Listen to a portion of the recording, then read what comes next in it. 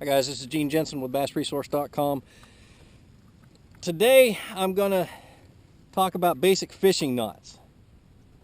First of all, in the back of the boat, you guys can see that's one of my favorite fishing partners. That's my middle son, Jordan. We're out trying to catch some summertime bass on this hump.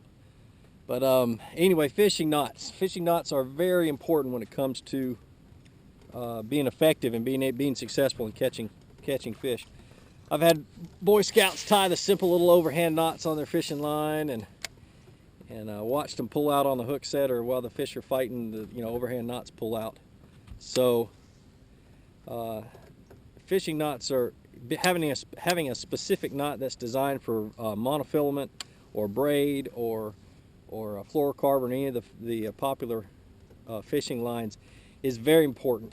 So what I'm going to do is I'm going to put together some how-to simple. You're going to see nothing but my hands and me tying knots, but some simple clips on how to tie the basic fishing knots, the ones I use the most and the ones that a lot of people use the most. When I teach my Boy Scouts about how to tie regular knots, there's a rule that we go by. What's the definition of a good knot? Well, the definition of a good knot when you're talking about rope and string and stuff like that is it needs to be easy to tie, effective, and easy to untie. Well, with fishing knots, it's a little bit different. They need to be easy to tie because you don't want to spend all your day tying knots. They've got to be effective. In other words, they need to have a good breaking strength, but they don't need to be easy to untie because you got a pair of scissors. So that's the difference. And when I say breaking strength, what I'm talking about is you want your knot to be as close to the same breaking strength as the line you're using. Some knots are not. Some knots actually are weaker than your line, and you don't typically want that. So the knots I'm going to put together are the Palomar knot, which is probably the most widely used, the improved clinch knot, the loop knot, which is used for crankbaits and jerkbaits when you don't have one of those little split rings, and the Albright knot, which you use to connect fluorocarbon with braid. So sit back, watch my boring videos, and I hope you learn something. Take them out and practice them. So take care. All right, first knot we're going to talk about is the Palomar knot. Palomar knot's probably the most widely used to attach a hook or a lure to your line. It's very simple to do. It's like with any good knot, it's easy to tie and it's got good breaking strength. So I'm just going to run through it real quick and kind of show you what it is. You take your main line, you run it through the eye of your hook. Then you run it back through the eye of the hook.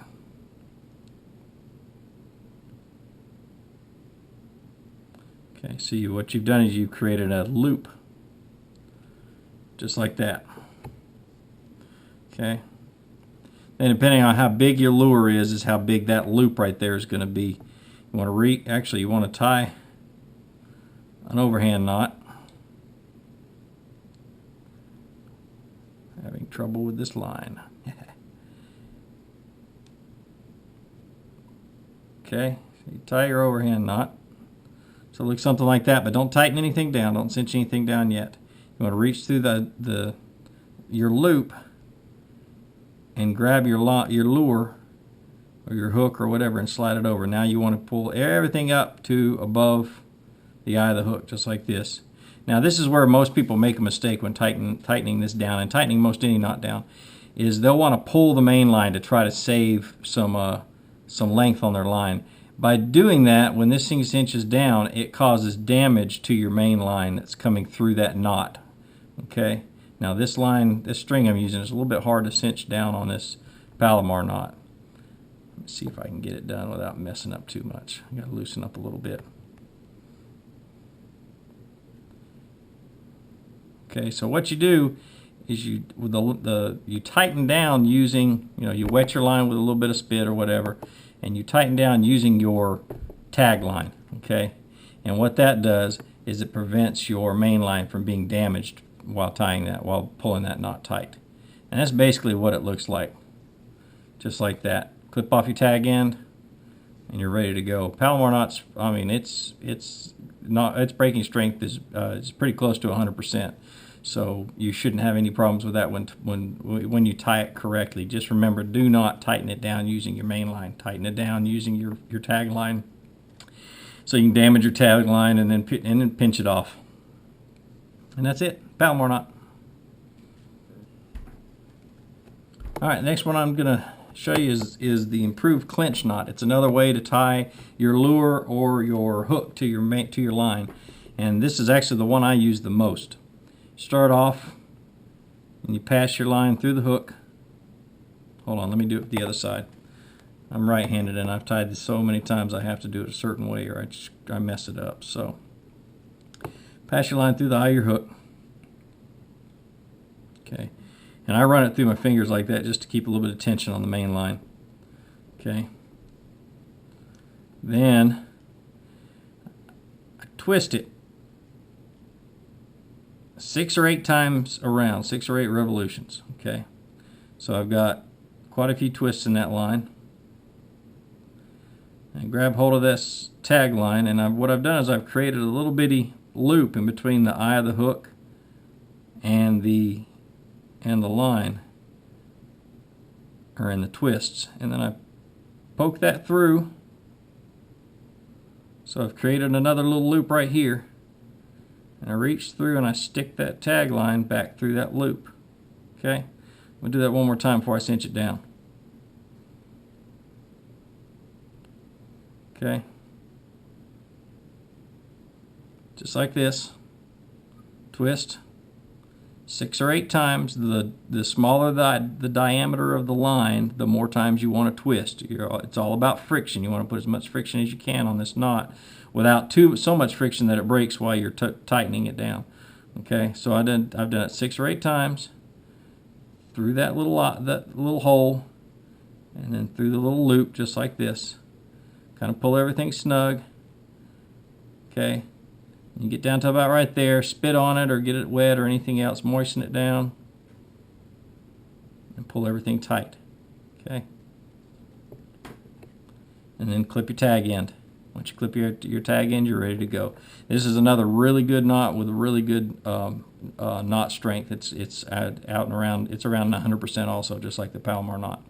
Okay, the improved clinch knot. All right, the next one is one that I do not tie very often. Okay, but when you're tying to a jerk bait or a crankbait or anything else that does not have a split ring on it, here's a really good knot. They call it the loop knot. I've heard it called other things like a Rapala knot or anything else. Before you even touch your lure, okay, about 6 or 8 inches up the line, tie an overhand knot, but tie it loose. Okay, just like that. Then pass your line through. Okay, come up above your loop, and you're going to tie. Go through your loop. That's right. Okay, so it looks just like this. And what you're going to do is you're going to tie an improved clinch knot right here. Okay, you're going to hold it.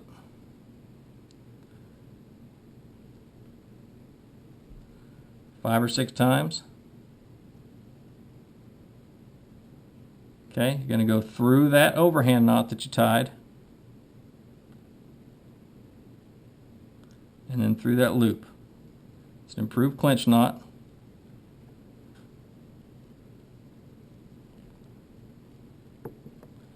You're going to tighten everything down. Okay. Ultimately, you want that a little bit closer, but I mean, just so you guys can see it a little bit better, I did that. Okay. There it is. It's a loop knot, and this loop will not slide up or down. So that gives you freedom of movement in your jerk baits and your crankbaits.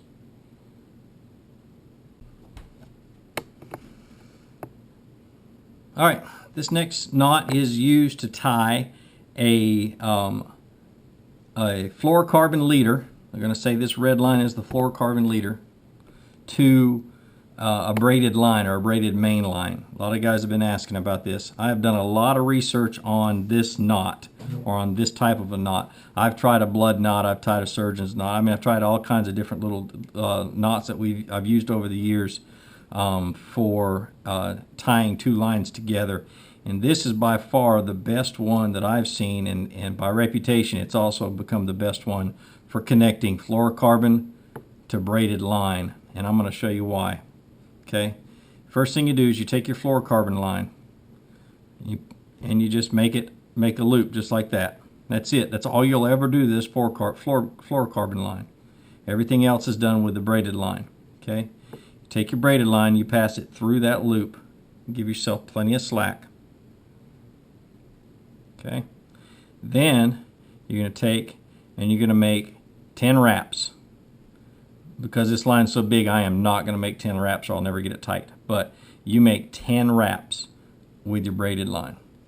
Okay, then you come back down with 3 or 4 wraps back down. Okay, holding this right here, 3 or 4 more wraps.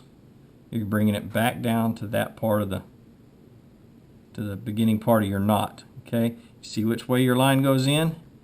You want your tag line to go back in. Let me see if I can get that on video. Back in this way. Okay, just like that, so that both of them look like they're coming out the same end, when in essence it's going in and coming out. All right, now here's another one where you have to be careful how you tighten it down. Okay, what I do is I kind of pull it snug with both lines in my hand, the tag line and the main line on both hands. Kind of snug it down a little bit, and I'm going to work it down the knot after I moisten it real good. I'm going to work it down the knot just like that. I'm going to pull on the tag end, and I'm going to tighten it a little bit more. I'm going to pull on the main line. Then what I'm going to do is I'm going to pull the main lines tight, just like that. Okay. Now, the advantages of this knot. Oh, what you do is you cut your tag ends real close. I'm talking all the way up against the knot. You can do that and it'll be just fine. Okay. The advantages of that is your braided line encapsulates your fluorocarbon line. So as it's passing through the guides, you do not damage your fluorocarbon line. Secondly, it's a nice compact knot. When used with braided line, it really is a compact knot, and it will come through your guides a whole lot better. Even the micro guides like the ones you see on my ducket rods, this will come through those micro guides pretty dang good. You'll hear it coming through the guides, but it's there's a lot less friction than on with other connecting knots. Okay, you just make sure you pull everything tight. And then I always like to check these knots, because still it's an Albright knot, and Albright knots are known to be pretty, sometimes they're a lot pretty damaging on your line, and if you even messed up a little bit on the knot, you'll have problems. So, just like that, okay? This is called an improved Albright knot. And it's the only one that I use to connect a fluorocarbon leader to a braided main line. That's it. Look at that fish. Holy cow, I love summertime knot. Look at that. He just swung at it. Look at that fish. Look how long he is. Holy cow, he wailed on that 6XD.